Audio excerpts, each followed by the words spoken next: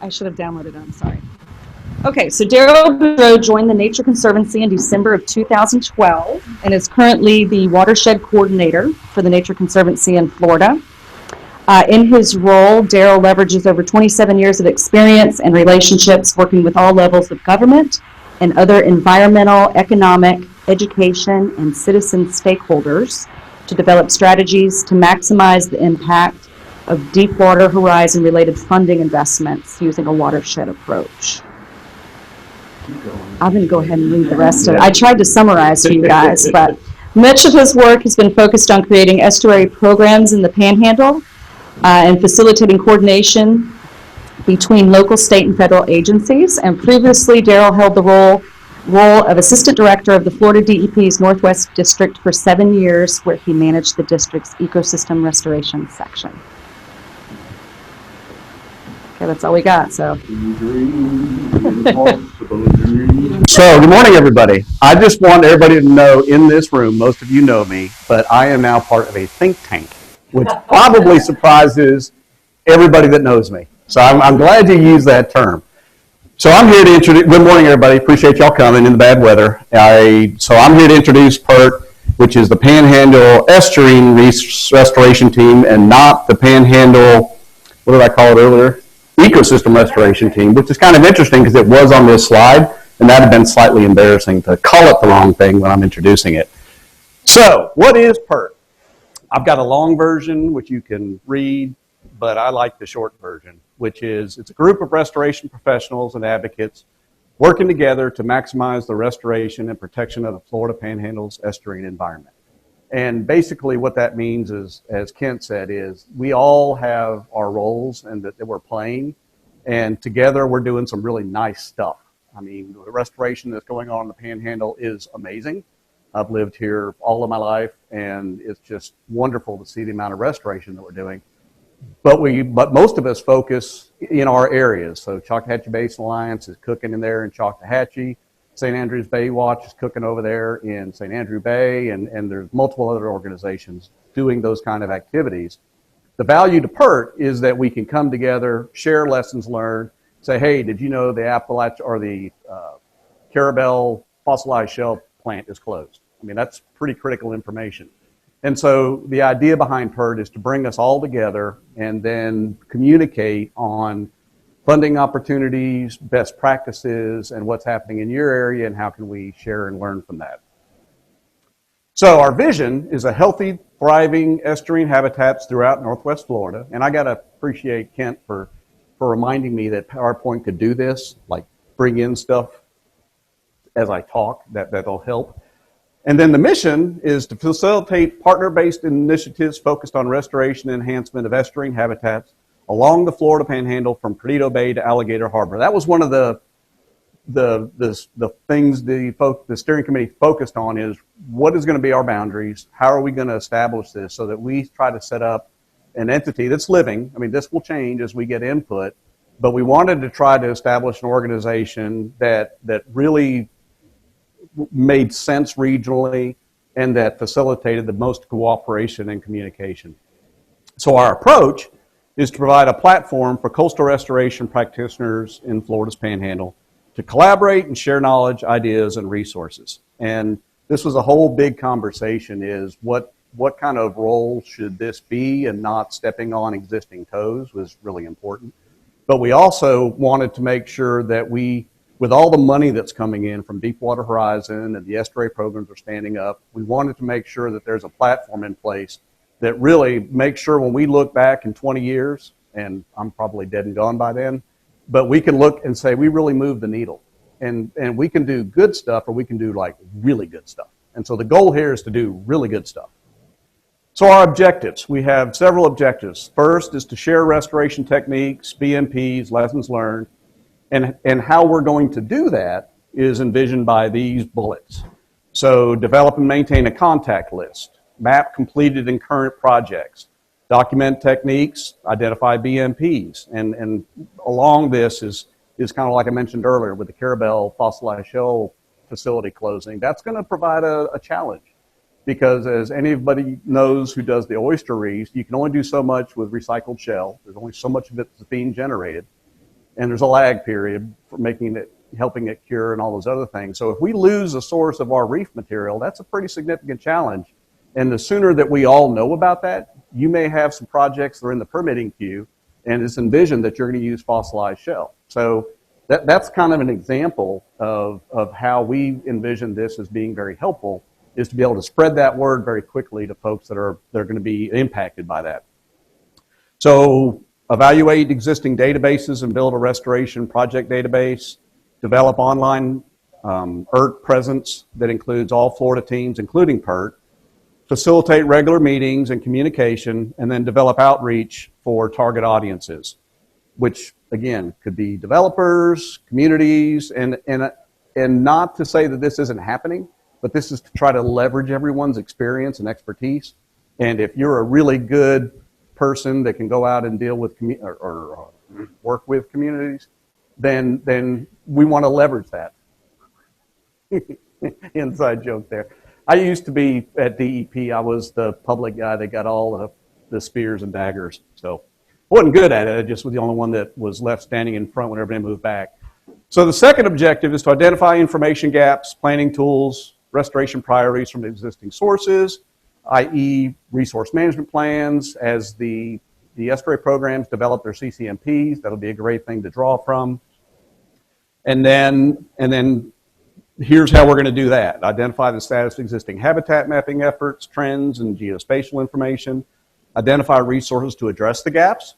Promote consideration of changing environmental and climate conditions in future estuarine habitat restoration planning. So an example of that is Matt Deitch. Y'all, how many people know Matt Deitch? He works out of the Milton campus, University of Florida. Go Noles.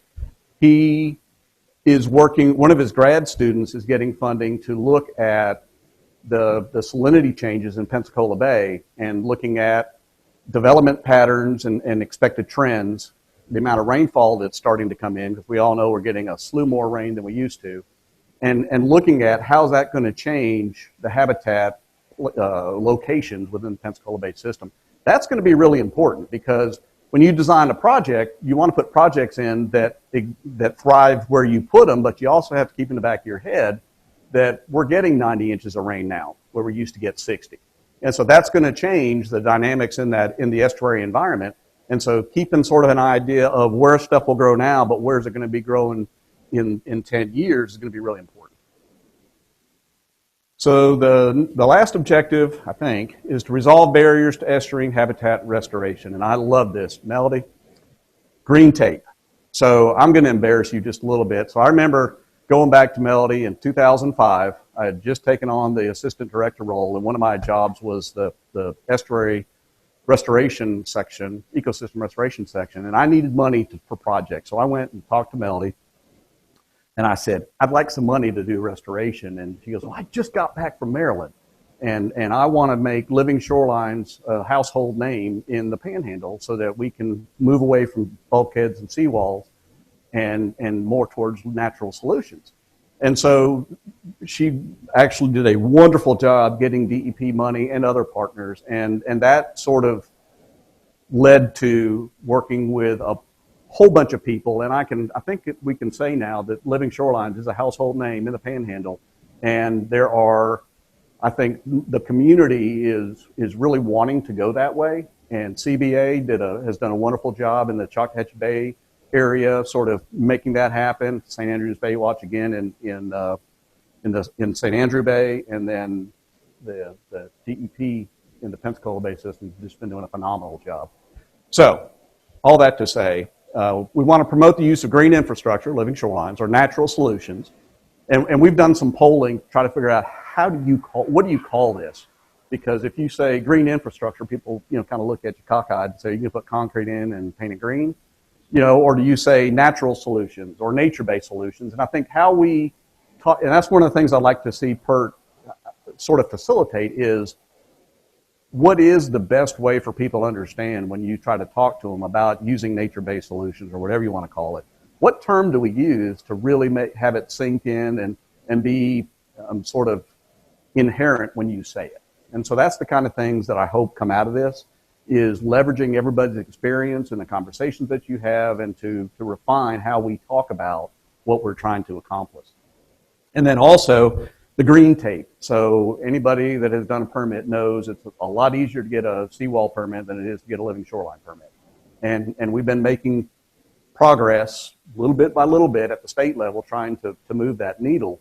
But we're way behind, like Maryland and even Alabama, I believe, has great green tape permitting where you have to justify the use of a bulkhead over a natural solution. And that's hopefully where we'll get in Florida.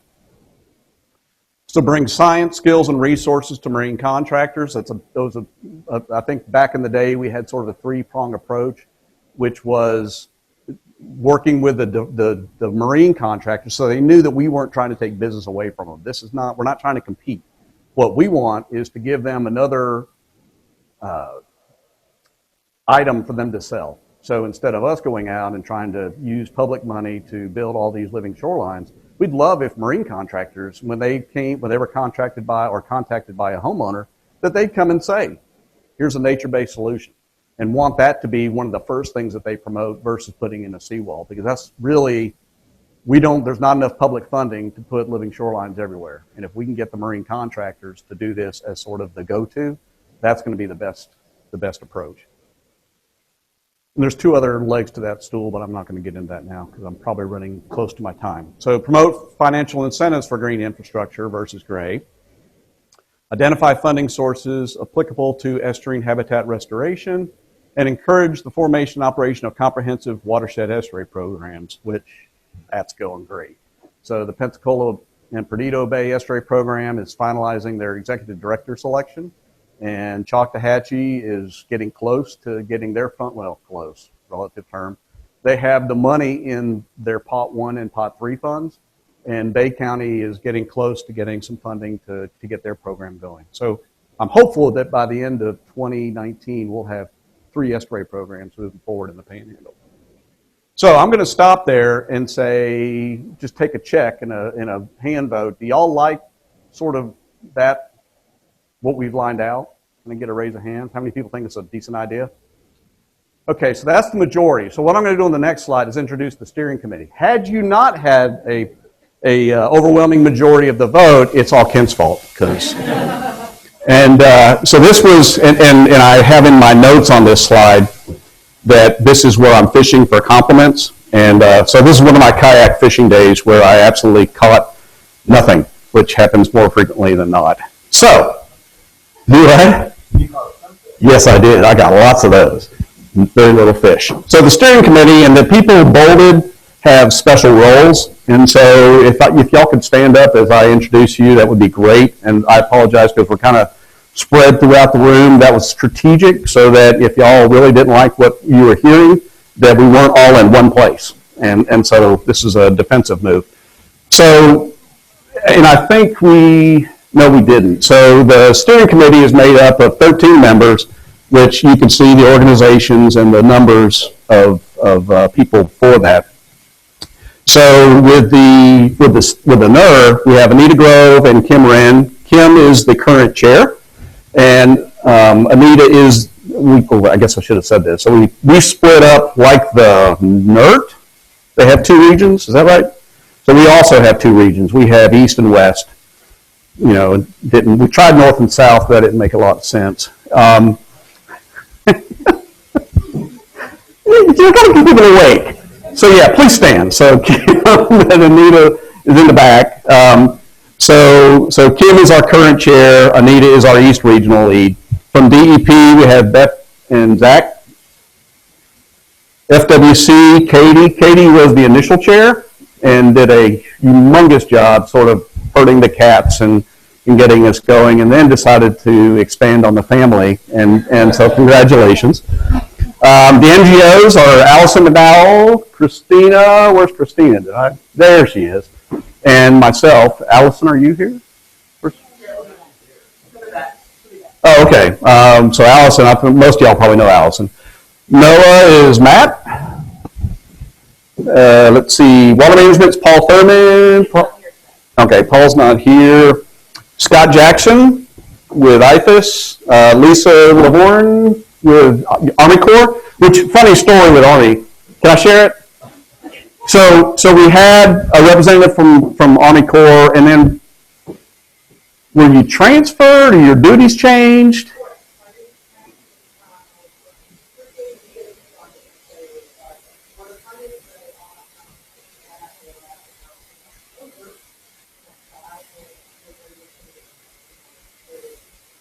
So it was like, you know, the circus thing where you're shooting ducks and they're popping, or no, whack-a-mole. I probably shouldn't use that, even though it's kind of appropriate. You know, it's like the head would change depending on when it was, but we're very glad to have you back. And then Melody, of course, is our West Regional lead with UF-IFAS. So that's the steering committee. How can you get involved? So participate in PERT membership workshops like this, and we hope to have one at least annually. Volunteer to serve on the PERT steering committee, because I think I'll be kicked off after this presentation. Share your knowledge and expertise. I mean, that's really what this is all about, is trying to make sure that we're connecting the dots and that people's experiences are shared and learned from. Because at the end of the day, everyone in this room just wants to see our communities improve and the quality of our habitats improve, so that when I'm out on the kayak trying to fish, I actually catch something. Share your knowledge, and then spread the word. So we've got 30 plus people in the room today. We want to see 100. We want to see 150. We need a bigger venue, but that's the goal. Because the more people that we have involved in the conversation and sharing their knowledge, the more effective we're going to be.